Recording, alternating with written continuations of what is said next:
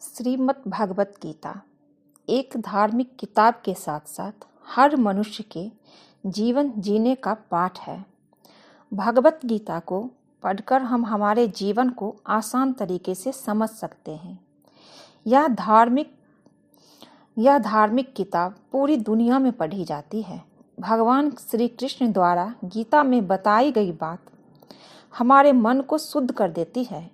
इसको पढ़ने से हमें उत्साह मिलता है। गीता का पाठ सुनने से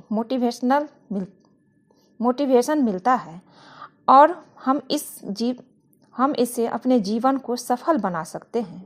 इसे सुनकर और पढ़कर हम अपने जीवन को सफल बना सकते हैं।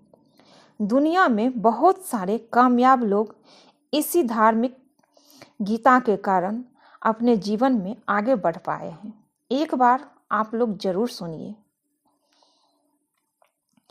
श्री कृष्ण कहते हैं, जिसने मन को जीत लिया है उससे पहले ही परमात्मा को प्राप्त कर लिया है, क्योंकि उसने शांति प्राप्त कर ली है।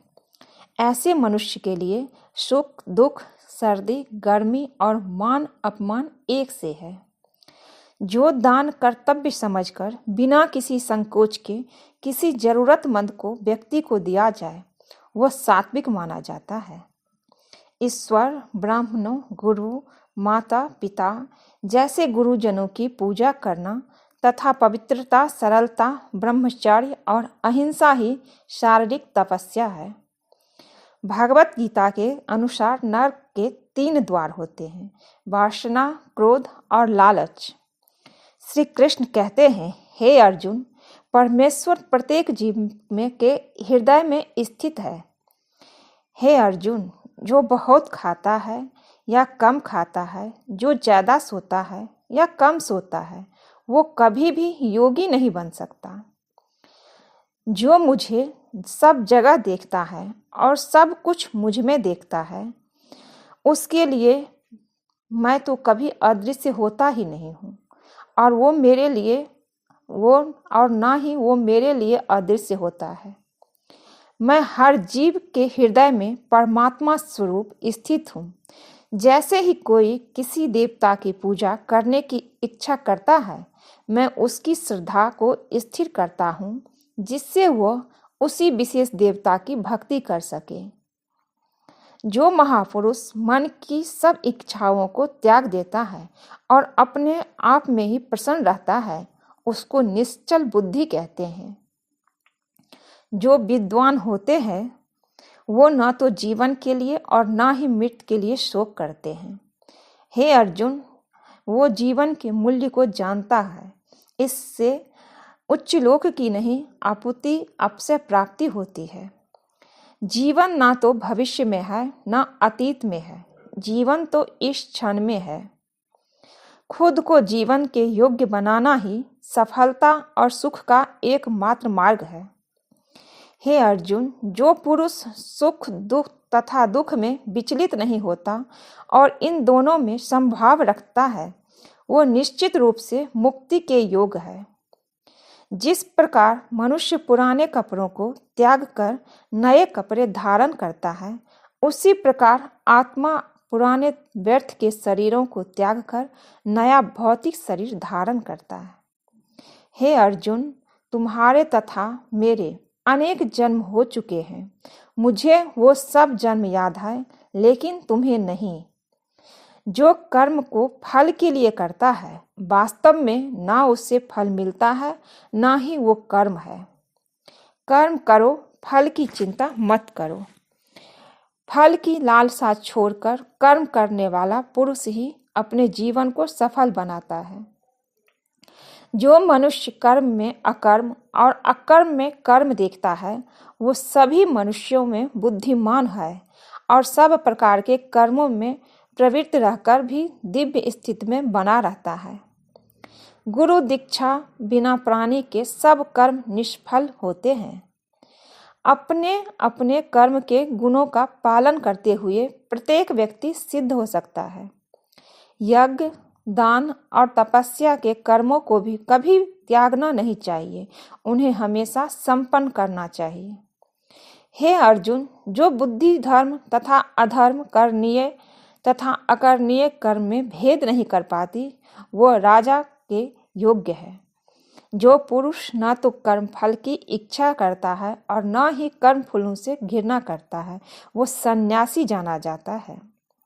जो मनुष्य अपने कर्म फल प्रति निश्चिंत है और जो अपने कर्तव्य का पालन करता है, वही असली योगी है। मनुष्य जो चाहे बन सकता है, अगर वो विश्वास के साथ इच्छित वस्तु पर लगातार चिंतन करे। मेरा, तेरा, छोटा, बड़ा, अपना, पराया मन से मिटा दो, फिर सब तुम्हारा और तुम सबके हो। जो हुआ वो अच्छा हुआ, जो हो रहा है वो अच्छा हो रहा है, जो होगा वो भी अच्छा ही होगा। अगर कोई प्रेम और भक्ति के साथ मुझे पत्र, फूल, फल या जल प्रदान करता है, तो मैं उसे स्वीकार करता हूँ। जिसने मन को जीत लिया है, उसके लिए मन सबसे अच्छा मित्र है, लेकिन जो ऐसा नहीं कर पाया, उसके लिए मन सबसे बड़ा दुश्मन है। श्री कृष्ण कहते हैं, मैं ही लक्ष्य, पालनकर्ता, स्वामी, साक्षी, धाम, शरणस्थली तथा अत्यंत प्रिय मित्र हूँ। मैं सृष्टि तथा ब्रह्मांड सबका आधार, आश्रय तथा अविनाशी बीज भी हूँ। जब भी और जहाँ भी अधर्म बढ़ेगा, तब मैं धर्म की स्थापना हेतु अवतार लेता रहूँगा। भक्तों का उद्धार करने, दुष्टों का विनाश करने तथा धर्म की फिर से स्थापना करने के लिए मैं हर युग में प्रकट होता रहूँगा।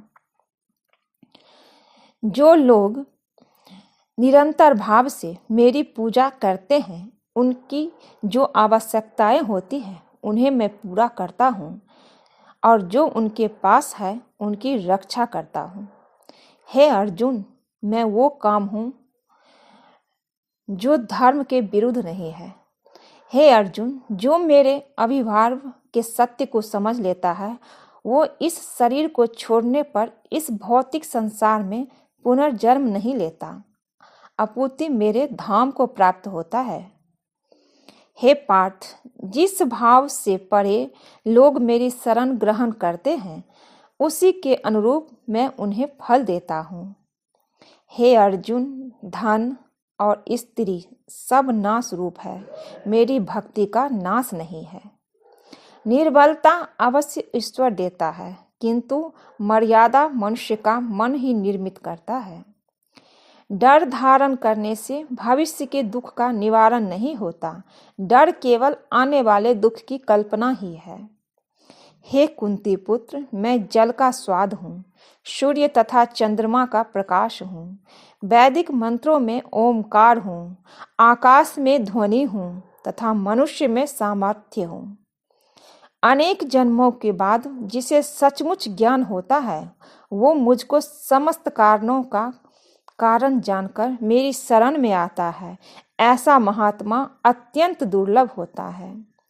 हे अर्जुन, श्री भगवान होने के नाते मैं जो कुछ भूतकाल में घटित हो चुका है, जो वर्तमान में घटित हो रहा है और जो आगे होने वाला है, वो सब कुछ जानता हूँ। मैं समस्त जीवों को भी जानता हूँ, किंतु मुझे कोई नहीं जानता। जो व्यक्ति निरंतर और अविचलित भाव से भगवान के रूप में मेरा स्मरण करता है, वो मुझको अवश्य ही पा लेता है। जो लोग हृदय को नियंत्रित नहीं करते, उनके लिए वो शत्रु के समान काम करता है। जो सब प्राणियों के दुख सुख को अपने दुख सुख के समान समझता है और सबको समभाव से देखता है, वही श्रेष्ठ योगी है। हे अर्जुन, क्रोध से भ्रम पैदा होता है, भ्रम से बुद्धि व्यग्र होती है तथा बुद्धि व्यग्र होती है तब तर्क नष्ट हो जाता है। जब तर्क नष्ट हो जाता है, तब व्यक्ति का पतन हो जाता है।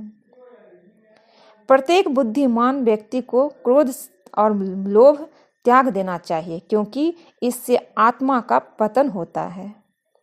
जिसने जन्म लिया है, उसकी मृत्यु निश्चित है और मृत्यु के पश्चात पुनर्जन्म भी निश्चित है। जो लोग भक्ति में श्रद्धा नहीं रखते वे मुझे पा नहीं सकते, अतः ये दुनिया में जन्म मृत्यु के रास्ते पर वापस आते रहते हैं। हे अर्जुन, मैं ही गर्मी प्रदान करता हूँ और बारिश को लाता हूँ और रोकता हूँ। मैं अमर हूँ और साक्षात मृत्यु भी हूँ। आत्मा तथा पदार्थ दोनों मुझ ही में है, दोनों मुझ में ही है।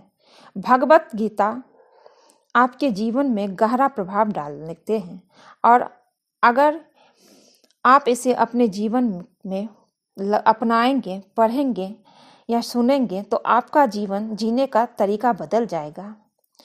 भगवत गीता के अनुसार पाप कर्मों से मुक्ति का तरीका यह है कि आपको धर्म के मार्ग पर चलना चाहिए। आपको पूजा व अर्चना करनी चाहिए। आपको सदैव सच बोलना चाहिए और हिंसा नहीं करना चाहिए और भगवान की भक्ति करनी चाहिए। भगवत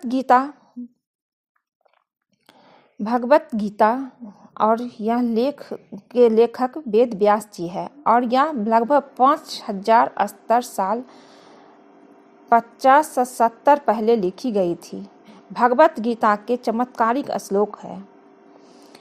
ओम कृष्णाय वासुदेवाय हरये परमात्मने प्रणतः क्लेशनाशाय गोविंदाय नमो नमः। भगवत गीता के अनुसार मोक्ष प्राप्ति का सबसे सरल मार्ग कौन सा है? भगवत गीता के अनुसार मोक्ष प्राप्ति का सबसे सरल मार्ग है कि आपको श्री कृष्ण के नाम जप करना चाहिए। श्री कृष्ण के नाम जप करते रहिए और सब का अच्छा सोचिए, सबका भला सोचिए, आपका भला होगा। अपने जीवन में क्या आप कर रहे हैं, क्या करना चाहते हैं, ये सिर्फ और सिर्फ आप तय कीजिए। आप सही तय करेंगे, कोई और नहीं। आज के लिए बस इतना ही। अगर ये वीडियो अच्छा लगे तो प्लीज़ चैनल को लाइक कीजिए, शेयर कीजिए, सब्सक्राइब कीजिए। मिलती हूँ एक नई वीडियो में। खुश रहिए, स्वस्थ रहिए। जय श्री कृष्णा।